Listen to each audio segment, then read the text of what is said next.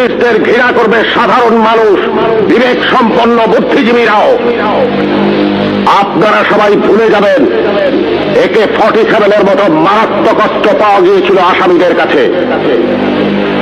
যদি জনগণের কাছে ধরা পড়ে ওই আসামিরা গণপিটুনিতে মারা যেত, আপনারাই বলতেন ভালো হয়েছে, পুলিশের কাছে গেলে ছাড়া পেয়ে যেত। একটা কথা মনে রাখবেন, পুলিশ কখনো আসামি ছাড়ে না। আসামি ছাড়ার অধিকার শুধুমাত্র বিচার বিভাগের। বলুন তো, AK-47 মতো রাইফেল কেন এদেশে আসবে, যা শুধু যুদ্ধক্ষেত্রে ব্যবহৃত হবে?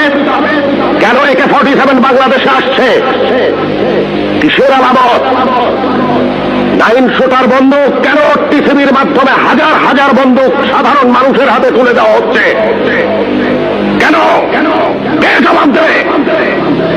এই 9 শুটার বন্দুক দিয়ে কি হচ্ছে? হচ্ছে চাঁদাবাজি, হচ্ছে খুন।